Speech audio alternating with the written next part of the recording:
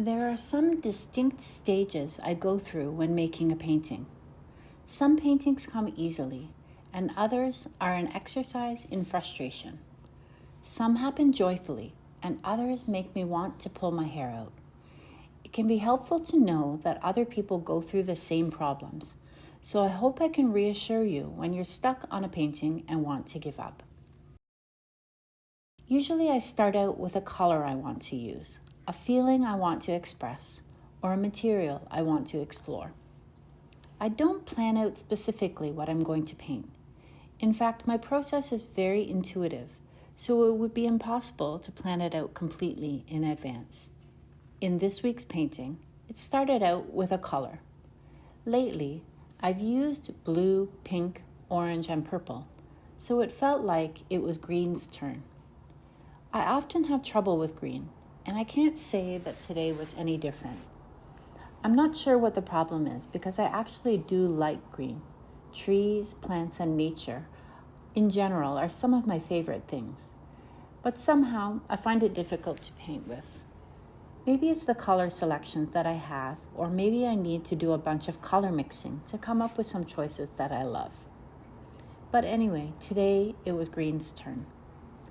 My intention today was to be loose and free and not put pressure on myself.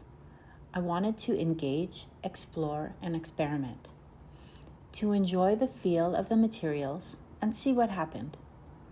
I like the feeling of spreading the paint across the page, seeing the splatter of ink, adding water to make the paint flow, and seeing how the colors combine and layer. I love using intuition to make marks and create shapes. There's such serendipity in what happens when I work loosely like this. The beginning layers of creating a painting are so full of freedom, play, and possibility to me. I think this is my favorite part, but it's also why I end up with a lot of half-done paintings, which is another story. There comes a time in the painting when I step back and evaluate where I am so far. I ask myself some questions. What feeling am I getting from this painting? What's interesting me? What is pleasing me? And why does it appeal to me? Is there a part of it that I really don't like? And why don't I like it? I look at the darks and lights.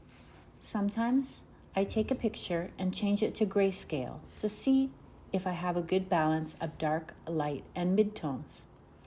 If there's too much of one or the other, I know that moving forward, I will want to make some adjustments to that. I start to look at composition. I might turn the page to see it in different orientations. How's it shaping up? Is there a certain area that's drawing my eye? Is there a hint of something that I want to expand on? Is there a part that I don't like and want to adjust? What's the painting telling me about it, what it wants to become? What direction do I want to take it in? This stage can be really frustrating, but it can also be really exciting. Sometimes it's hard to believe that it will ever get better. Sometimes it looks messy and muddled and chaotic. I know I don't like it, but I'm not sure what to do next. For me, thinking logically about it and putting it into words helps. Asking myself those questions and moving forward based on my answer. Based on what I noted from the previous step, I can react. I reach into my bag of tricks. I might cover a section or add a pure color to clarify a muddy color. I expand on marks that I like. I smooth out harsh lines in some places and add defined shapes in others. I might do something dramatic to give myself something to respond to. I move around the painting, refining and balancing. I think of differences and contrasts. I want some drama and some calm, some dark, some light, some boldness and some softness. Sometimes the process comes easily.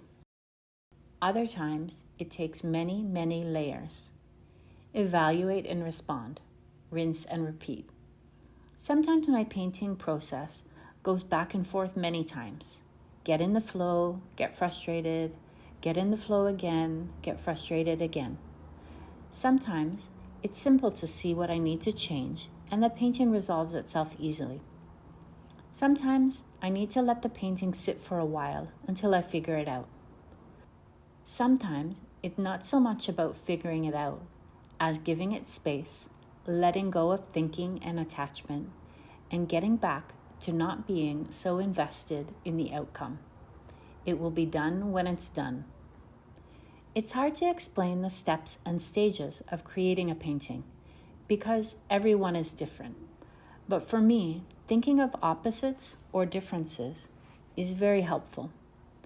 There can be lots of highs and lows in the painting process, ups and downs, happy with it and hating it.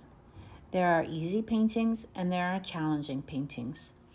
There are also some that will never get there and need to be ripped up or painted over.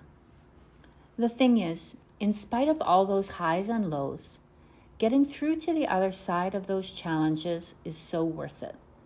When I've conquered the challenge and finished a painting, it's an amazing feeling, and I wouldn't have it any other way. I know that going through the tough stages is what made the painting what it is, and that's what keeps me going and trying again. What are the stages you go through in your paintings? Can you relate to the highs and lows? Let me know in the comments. Until next time, thanks for watching and enjoy your creative process.